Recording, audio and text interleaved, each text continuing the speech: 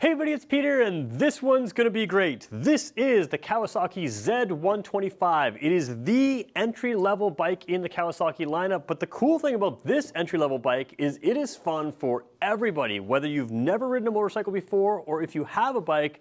This thing's pretty cool, it's super inexpensive, and it's a lot of fun. So here's the thing, I'm gonna do a full in-depth review on this bike and explain some of the bits and pieces that make this unique, make it fun, but if I don't answer the questions that you have, make sure you subscribe and then let me know in the comment section what you want to know about it, because I'm here filming at Jim Gilbert's Wheels and Deals, Jim Gilbert's Power Sports. This is the #1 volume Kawasaki dealer in the country, and they give me complete access to their entire Kawasaki lineup, and I can continue to come back to this vehicle again and again to answer your questions in the comments, but also in future videos. So make sure you subscribe, let me know what you think, and let's get going with the review. So if you've seen this channel before, you've seen a lot of bikes here. Something like the big Vaquero, which is the massive 880 or 40 pound bike that was here. This one is going to look small up next to this logo. So the first thing I'm going to do is jump on it, because although this looks like a small bike for very small people, I'm about 6 feet tall. Certainly shorter people can be comfortable on this bike, but so can taller people. And if you sit here like this, you can see I tuck in, underneath the tank here. I've got my foot on the pegs, brake pedals there, shifters right here. We'll talk about the specs of this, but if you are a full-size adult and you're sitting there thinking, will I even fit on that thing? For the most part, you will. So in a couple minutes, we're going to talk about who this bike is for. But first of all, let's just talk about what it is before we go into all the parts that make it pretty special. This is a bike designed purely for fun. It is very approachable. We have people in the office here who are not motorcycle people who come up to this bike. They're not afraid to sit on it. They're not afraid to try it, and they get excited about it. It's one of those kind of bikes that when you come up to it, it's a conversation piece. You want to talk about it, you want to try it, and it's not intimidating. So if you're a new rider looking to get into motorcycling, this is a great option. And of course, here at Jim Gilbert's Wheels and Deals, we also sell Piaggio and Vespa scooters. And you can say, okay, what's the difference, or why would I want this over a Piaggio or a Vespa scooter? Well, obviously style. This thing is sport bike in style. It's also sport bike in the way it rides. And the couple key pieces to it is a true motorcycle. It's a manual transmission with a 4-speed manual. It's geared low, so it feels very peppy. And of course, top speed, according to what I've researched, is just over 60 miles an hour. So you can get out on those country highways and feel perfectly safe. And we'll talk about some of the safety pieces, some of the technology pieces, and the design of this that makes it very fun. So let's dig into the details, and then we'll talk about who I think it's for and why I think it's great. So let's start walking through the components of this bike. These wheels are 12-inch wheels. They are very similar and same diameter as a scooter wheel. Something like a Vespa scooter will have the same size wheels. What that gives you, though, is a sportier tire here. So even though the wheels are small diameter, you still have a good sort of selection. And on a bike this size, you don't want too wide of a tire because you want that sort of immediate handling. So that's what this is really built for. So not a massive tire, a 100 by 90 12, so 100 sort of the width there. But again, not having it super wide makes it really flickable and handleable, or it really handles well. So you've got a lot of nice things in here. These are upside down forks, which is usually what you see on the sport bikes. Instead of having the sort of suspension up here, it's down here. That lowers your unsprung weight, which is kind of a nice thing to have just for handling as well. And then you've got the disc brakes in here, which are extra powerful, so really good quality disc brakes. This one's of course styled up with the gold fork tubes, the gold wheels, the gold gold pieces on the brakes there as well. But yeah, quality brakes and good handling tires along with those upside down forks. This fender, of course, protects the sort of area here so your seals don't have the bugs and the dirt and all the stuff that sits along the front edge here, and it can damage your seals over time. So all of that technology kind of built into here, and they're thinking about how you're going to use this. So I love this whole view here because there's a lot going on here that I think most people don't really see. First of all, you've got the single suspension here. A lot of bikes will have two little suspension on either side. This one's single one. That's, again, a lot like our sport bikes. It helps lower the weight. It has some preload adjustment here, so if you're heavier or whatever, you can adjust that by just spinning this around to make sure you can compensate for whatever weight the rider is at. You've got simple little metal pegs here with the feelers on the bottom. If you're cornering real tight, those will touch instead of your feet. And then, of course, that compact engine. Now, if you know anything about the Z class of motorcycles, the Z400, for instance, is the next step up. It's going to have your pistons kind of running up like this. This one, it lays everything down. So it's an air-cooled engine, and your piston comes out the front there, single-cylinder engine, And that again, instead of having parts of the engine up here, it lowers it down here. So your center of gravity is really, really low here. And that's part of what makes the bike feel extra light. Now it already is very light, but that also helps with handling.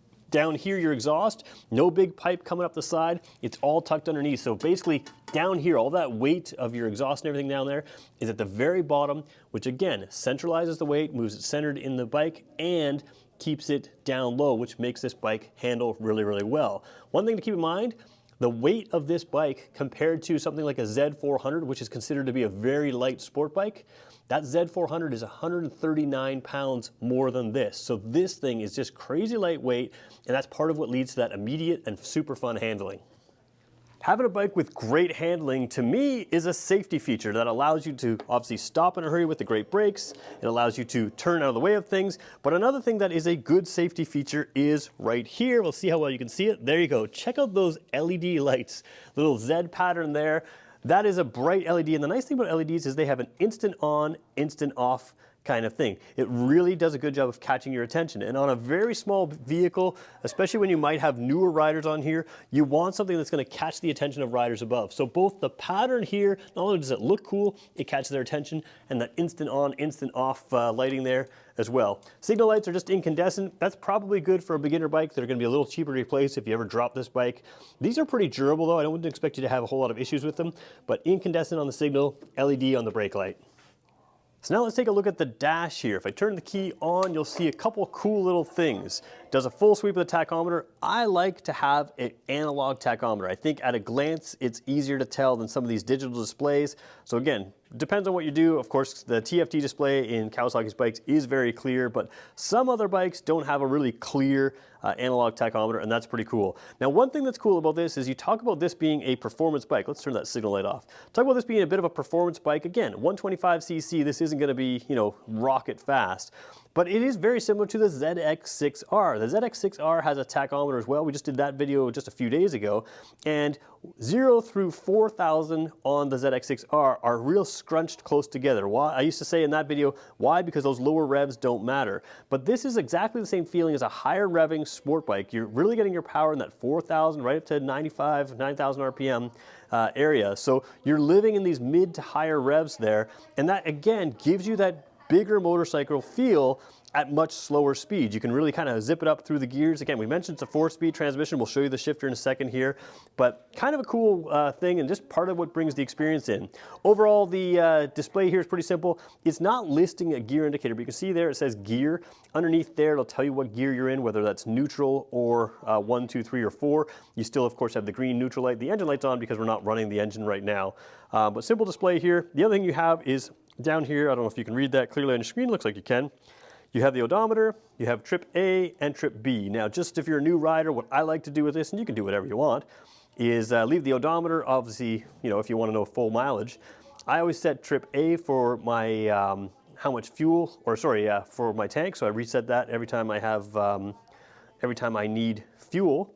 And then I have trip B for when I need the oil change. So of course you do still have a fuel gauge here. You can see when it's low, it's going to go down a bar graph to the last bar. When that bar starts flashing, you are quite low. It's actually a pretty good sized fuel tank for this size bike. It also gets very good fuel efficiency, so it's one of those things you don't really think about. This bike, although you would think it's designed for fuel efficiency, is really designed for performance though. So it's not all about total mileage at the expense of everything else. This is about fun first, and because it's so small, it gets great fuel efficiency. So if you want something that's fun instead of something that's just really miserly on fuel, this is your bike. Take a look at the controls here. You can see this is a true motorcycle. You've got your little high beam and low beam right there, signal lights right there, and of course the horn button down there. Good loud horn, which is again what you want on a entry-level type bike, smaller type bike.